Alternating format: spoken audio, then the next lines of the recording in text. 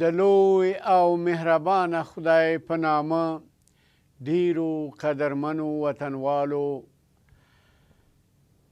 زما ګرم سلامونه ومنئ. خدای دې وکړي چې ستاسې تېره اونۍ په خیر تېره شوې وي او راتلونکې اونۍ مو کامیابه او خوشحاله وي. ګرانو وطنوالو، د ادب او هنر ځلانده ستوري پروګرام بیا ستاسې د کورونو میلمه دی. دا پروګرام هره سه شنبه په 1:30 بجه د نور تلویزیون په څپو کې لیدلی او اوریدلی شئ. د دې پروګرام تکرار د شپې په 9:30 بجو ستاسې د کورونو میلمه دی. ډیرو قدرمنو وطنوالو، مخکې له دې چې زه د پروګرام په پیل شروع وکړم، لومړی باید د هغو ډیرو قدرمنو وطنوالو نه د زړه له کومې مننه وکړم کومو چې له ما سره په ایمیلونو، تلیفونونو او مخامخ تماس نیولی او زما د پروګرام په هکله ما ته ډیر په زړه پورې پیشنهادونه، انتقادونه او اصلاحي لارې راښودلي دي. زه د دغو وطنوالو د دغه مسیجونو نه ډیر زیات ممنون یم او د نورو وطنوالو نه هیله من یم چې له ما سره همیشه په تماس کې اوسیږي. ما ویلی دی چې دا پروګرام بدون د ستاسې د مرستو، بدون د ستاسې د کومکونو او ستاسو د نظریاتو نه زه پر مخ نشم بولی. نو په دې لحاظ زه ستاسو د هر ډول پیشنهادونو طلبیک وایم او غوښتونکی یم. ګرانو وطنوالو، نن په دې پروګرام کې زه تاسې ته د وطن یو زړور مبارز، لیکوال، خبریال او د دعوت د سیاسي اخبار چلوونکی طارق بزګر وړاندې کوم. طارق بزګر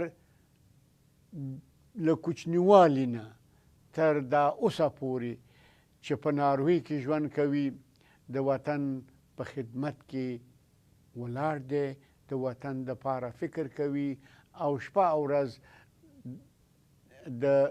د خپل وطن نه بېغمه نه دی. مخکې له دې چې زه د ده په سوانو، کارنامو او د ده په کارونو باندې پیل وکم او تاسو ته په تفصیل در معرفي کم، دغه یو شعر چې زه همیشه د خپل پروګرام په سر کې لولم او د لوی خدای نه دا توقع کومه چې خالقه ته دا زما آرزو قبوله کړي.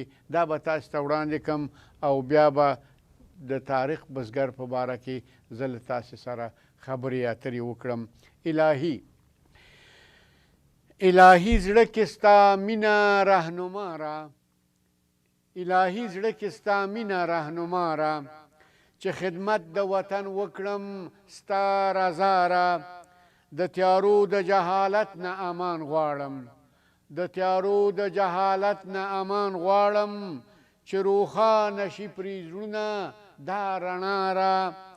چې وطن مې پرې آباد شي پاکه ربه، چې وطن مې پرې آباد شي پاکه ربه.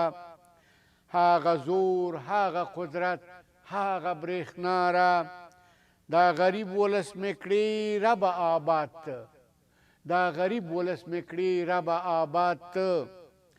د خفه زړونو خوښۍ ته مې شفا را، او ما بیمار ته ته توفیق د طاعت راکړي، ما بیمار ته ته توفیق د طاعت راکړي.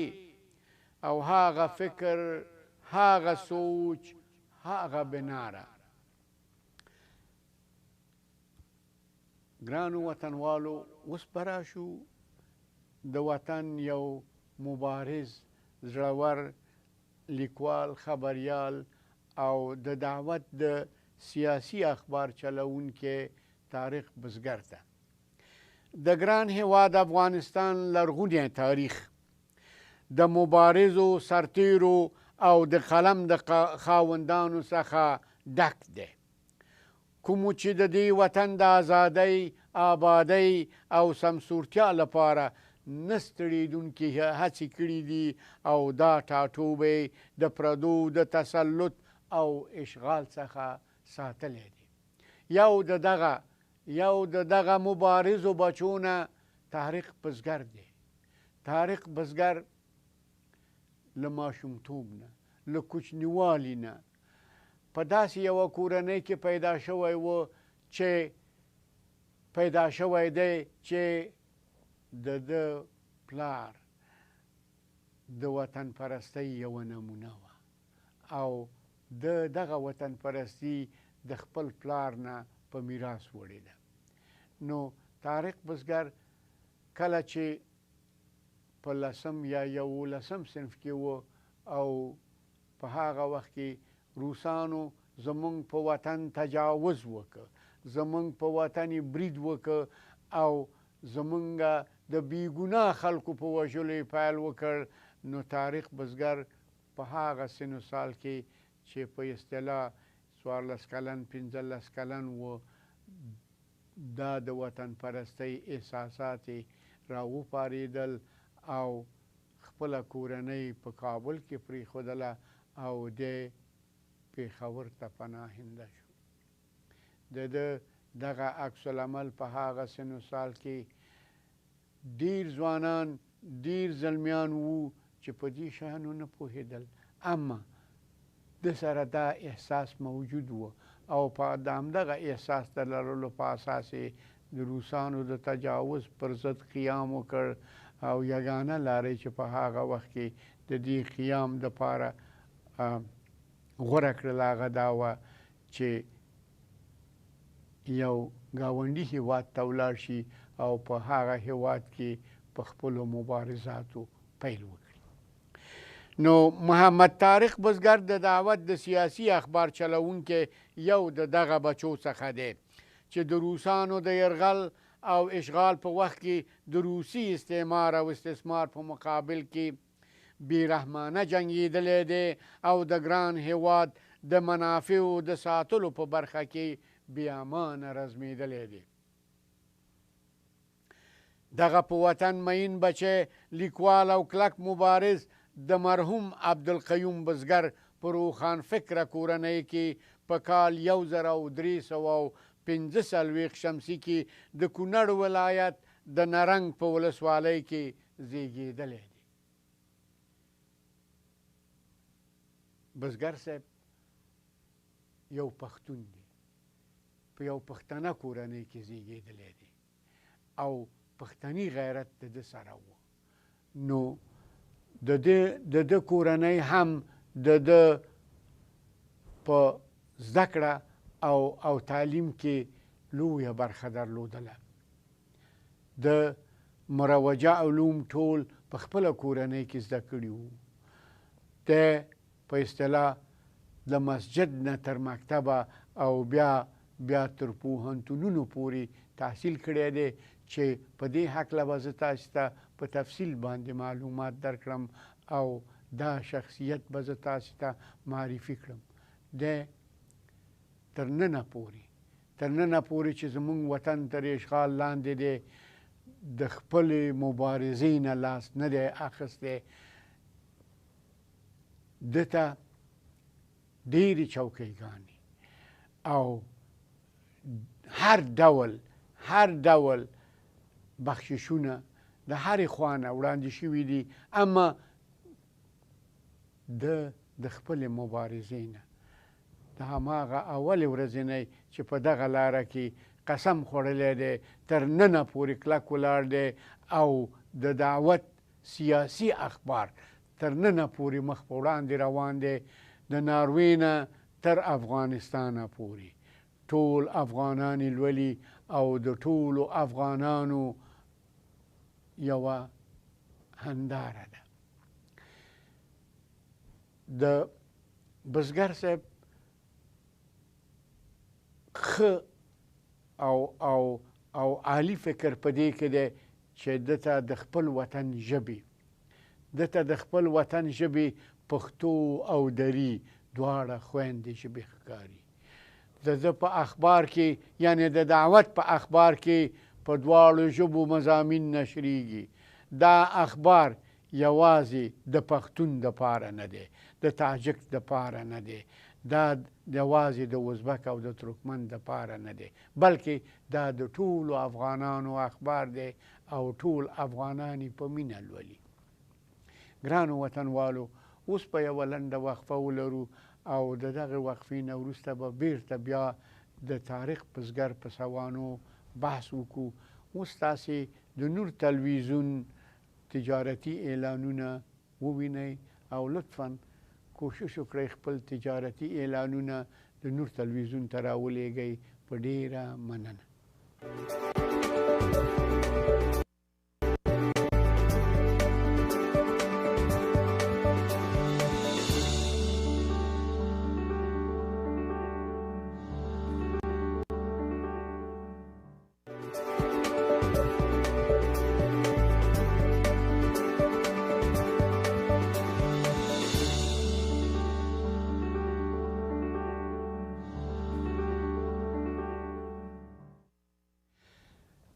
ډیرو قدرمنو وطنوالو بیرته راځو خپل پروګرام ته او موږ نن د محمد طارق بزګر د دعوت د سیاسي اخبار د چلوونکي د ژوند په هکله خبرې کوو او غواړو چې دغه مبارز بچی ونازوو. د ده نازول په موږه واجب دي، ځکه چې دا هغه انسان دی ما وویلې چې د 11 صنف نه تر دغه وخته پورې دی د وطن په باره کې فکر کوي، د وطن د ترقۍ او تعالۍ په باره کې فکر کوي، دی د وطن د آبادۍ او ازادۍ په باره کې فکر کوي. نو موږ یې ولې ونه نازوو، ولې یې له نظره وغورځوو؟ ګرچې دی خپل اخبار لري، خپله برېښنا پاڼه لري، مګر ما دا لازمه وکتله، لازمه ولیدله چې د دغسې اشخاصو د ژوند سوانح، د ژوند کارنامې ټولو وطنوالو ته د تلویزیون د لارې نه هم وړاندې کړو. نو په دې خاطر باندې طارق بزګر ډېر د قدر وړ انسان دی. دا په دې خاطر نه چې زما ملګری دی، بلکې په دغه خاطر باندې چې دا انسان د وطن نه خپل ځان قربان کړی دی او د وطن په لاره کې هر ځای ته تللی دی، هر چا سره یې مصاحبې کړي دي، هر چا سره یې مرکې کړي دي. په هغه وخت کې چې روسانو په افغانستان تسلط درلوده، د خپل سر په لاس کې نیولی و، روسانو کولی شو چې ده ته ایجنټان مقرر کړي، دی له منځه یوسي، اما د خپلې مبارزې نه لاس وانخیست او د روسانو د په افشاګرۍ او د دوی په اعمالو باندې تبصرې کولې او د افغانانو د مبارزو بچیانو د مجاهدینو آواز د نړۍ ټولو سیاستمدارانو غوږونو ته رسول. د افغانستان هر فرد د پاچا محمد ظاهر شاه نه نیولې تر نورو جنګ سالارانو پورې دوی ټولو ته ورغلی دی، د ټولو سره مصاحبې کړي دي، مرکې کړي دي او د هغوی نظریات د افغانستان د وحدت دپاره غوښتي دي او راټول کړي دي. نو دغسې انسانان هیرول او د دغسې انسانانو قدر نه کول واقعا ناځواني ده. نو محمد طارق بزګر ته د ټولنې چوپړ او خدمت په میراث پاته شوی دی. د ده پلار مرحوم عبدالقیوم بزګر هم کله چې د کابل پوهنتون د حقوقو د پوهنځي څخه فارغ شو، نو د حکومت په مختلفو پوستونو کې د خپلې ټولنې لپاره په ایماندارۍ خدمتونه سرته رسولي دي او دغه ډول وطن دوستي یې خپلو بچو ته انتقال کړې ده. زه په دې یقین لرم، ایمان لرم د ده پلار یو پاک نفسه انسان و. د ده پلار هیڅ وخت د رشوت او د ټګۍ په فکر کې نه و. نو په دې خاطر باندې بچیان هم مبارز او وطنپال دي. د محمد طارق بزګر لومړنی ښوونکی د مرحوم پلار و. د مروجه دیني علوم په خپله کورنۍ کې زده کړي دي. د لومړنیو او منځنیو رسمي زده کړو لپاره د کابل ښار مختلفو ښوونځیو ته تللی دی. کله چې دی د نادریې په عالي لیسه کې د 11 ټولګي شاګردو نو روسانو په افغانستان یرغل او تجاوز وکړ، څرنګه چې د کورنۍ د روسي استعمار سره سرسخت دښمنانو. نو دی په 1980 عیسوي کال کې د کابل څخه پېښور ته ولاړ او د روسي د اشغال پر ضد خپل نفرت وښود. محمد طارق بزګر د یو ځوان افغان په حیث د تحصیل د تکمیلېدو په عزم د پېښور د اسلامیه کالج کې داخله واخیسته او د پېښور د پوهنتون څخه د 8 کالو په ترڅ کې د عالي تحصیلاتو بریلیکونه لاسته راوړل. په 1988 کې د کډوال په توګه ناروې ته مهاجر شو. هلته د بادو های سکول ناروې څخه د فراغت سند لاسته راوړ او بیا د ناروې کانبورن پوهنتون ته چې په ژورنالیزم کې شهرت لري خپل بریالیک لاسته راوړ. په 1988 کې د کډوال په توګه د ناروې ته مهاجر شو. بزګر صاحب په 1982 کې د روسي اشغالګرانو پر ضد په مقالو او لیکنو شروع کړې ده چې په پښتو، دري او عربي ژبو نشر شوي دي. د خپلو لیکنو او مضامینو د نشر له امله نړیوال شهرت موندلی دی. محمد طارق بزګر د مقالو په لیکنو اکتفا ونه کړه، نو د روسي دښمنانو د ټکولو په خاطر یې د یوې جریدې په فکر کې شو، نو هماغه و چې د دعوت جریده یې راویستله.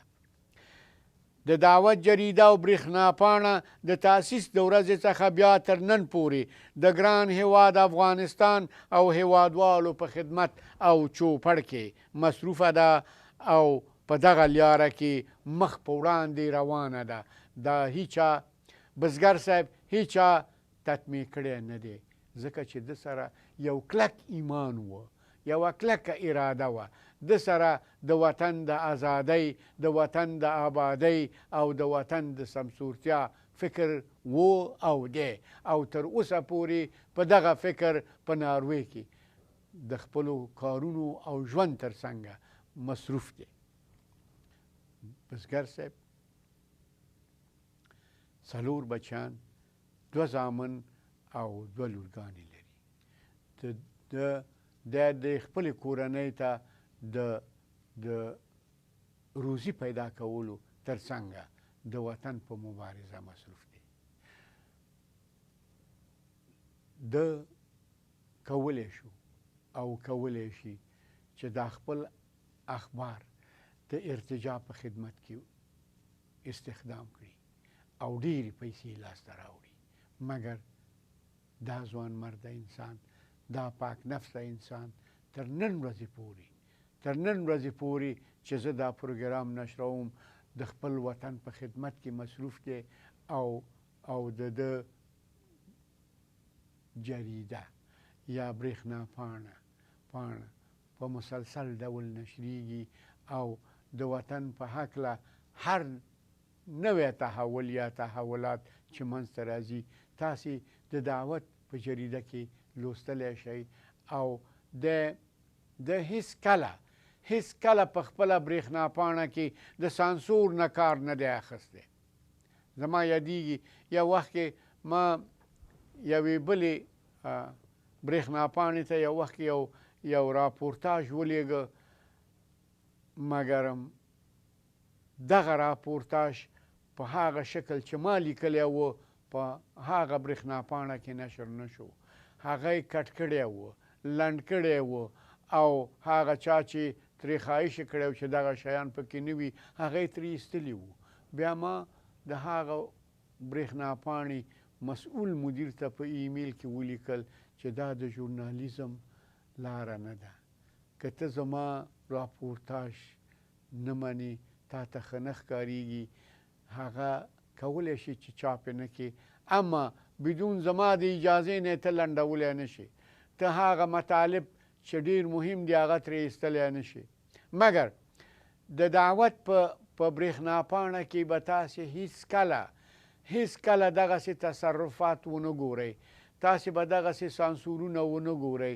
د هر څه چې هر څه لیکلي دي وایي چې دی د خپلو لیکنو مسؤل دی، په هماغه شکل چاپوي او په هماغه شکل وطنوالو ته وړاندې کوي.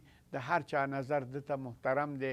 نو په دې خاطر باندې بزګر هم افغانانو ته محترم شخصیت دی او دا باید ونازول شي.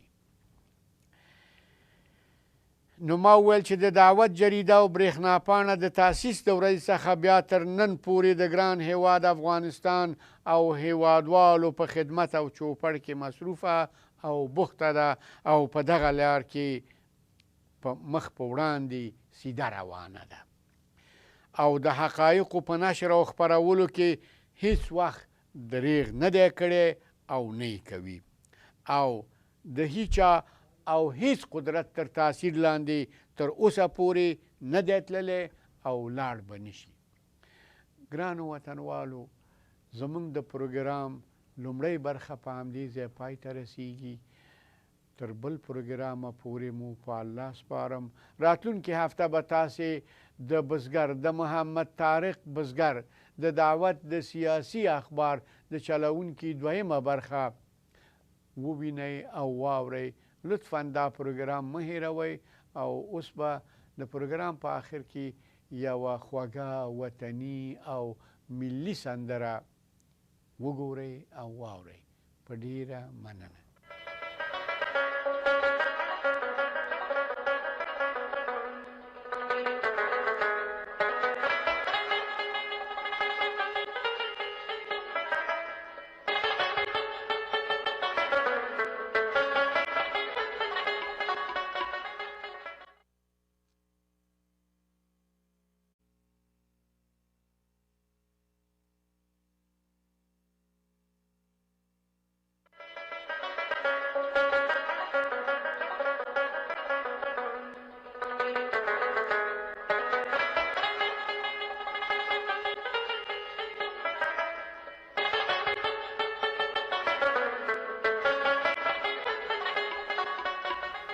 ډیرو قدرمنو وطنوالو سلامونه.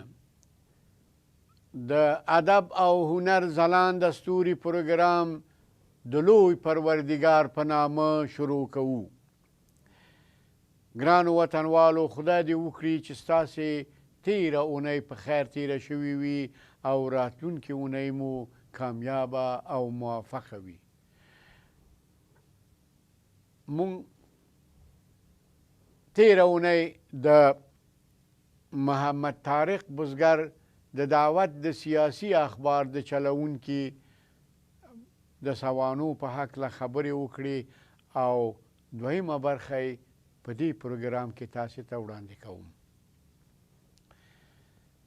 مګر مخکې له دې چې زه پروګرام پیل کړم، دا باید ووایم هغه وطنوالو، هغه قدرمنو وطنوالو کومو چې له ما سره په ایمیلونو او تلیفونونو او مخامخ تماس نیولی دی او ما ته خپل نیک نظریات، پیشنهادونه او انتقادونه وړاندې کړي دي، زه د هغوی نه د زړه له کومې مننه کوم او د ټولو وطنوالو نه هیلهمن یم چې په دغه پروګرام کې زما سره ملګري اوسیږي.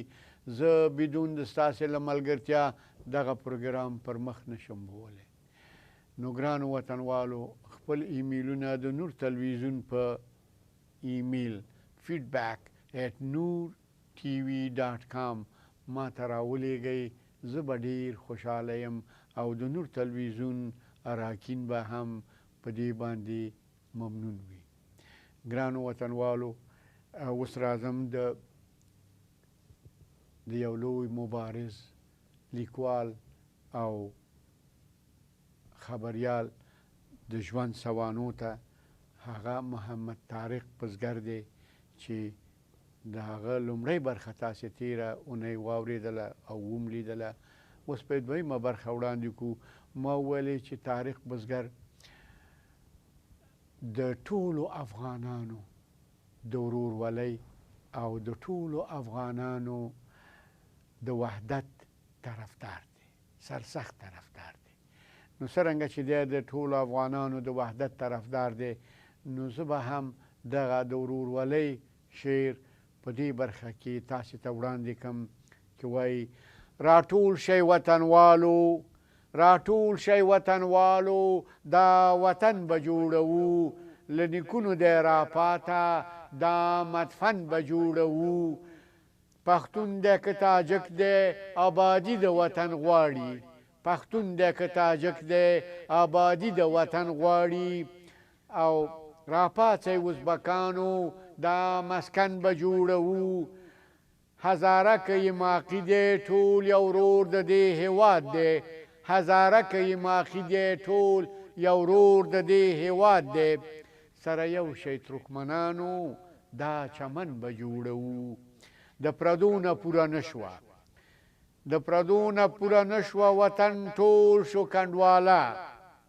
او مټې ونغاړئ زلمیانو، مټې ونغاړئ زلمیانو، دا کوهکن به جوړوو. او افغاني فکر پکار دی د دې پاک وطن جوړښت ته. او چې هر باغ میوهدار شي دغه بڼ به جوړوو. نه غربي او نه شرقي زمونږ په کار شو وطنوالو، نه غربي او نه شرقي زمونږ په کار شو وطنوالو. او ټول به یو ځای سره کینو، انجمن به جوړوو. تاریخ زمونږ روښانه، مونږ د یو هېواد بچیان یو. او ارادې زمونږ قوي دي، دا میهن به جوړوو. د بیمار په چغو ویښ شئ، د بیمار په چغو ویښ شئ، لرو برو افغانانو چې مخلاص له دښمنۍ کړي دا خوتن به جوړوو.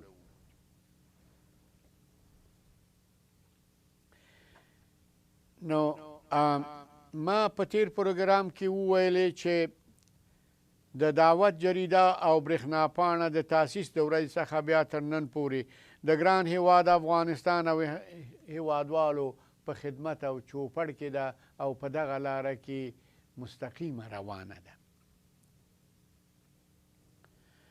او د حقایقو په نشر او خپرولو کې هیڅ وخت دریغ نه دی کړی او د هیچا او هیڅ قدرت تر تاثیر لاندې نه ده راغلی.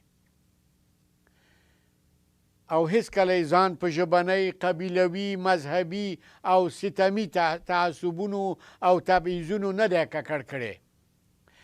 هر چا چې هر ډول حقایق په هره ژبه لیکلي دي هغه ته یې لبیک ویلی دی. حتی د ځینو حزبي رهبرانو او غړو افکار چې د خپل وطن د منافعو سره موافق وو بې له کوم تصرف څخه چاپ او نشر کړي دي. او د هر چا نظر ته د احترام په سترګه کتلي دي. د دعوت چلوونکی یعنی محمد طارق بزګر څرنګه چې ځان ته بزګر وایي، په رښتیا چې علمي، انتقادي، انتباهي او اصلاحي افکار یې د دعوت په مځکه یا نشریه کې کرلي او نشر کړي دي. او په خپل 24 کلن عمر کې ډېرې خوږې او ترخې خاطرې وطنوالو ته په نړیواله سویه وړاندې کړي دي. او د ژوند تاریخ یې د یوې پاڼې په شکل په خپل زړه کې هم ساتلی دی. محمد طارق بزګر د دعوت د جریدې مسؤول، د دعوت ورځپاڼه زموږ د هېوادوالو د اوږدو مبارزو او هلو ځلو او د 24 کلن معاصر تاریخ په شکل وړاندې کړې ده. د دې ژوندي تاریخ لوستل او لرل د هر افغان بچی ملي او اجتماعي وظیفه ده. دعوت همیشه وطن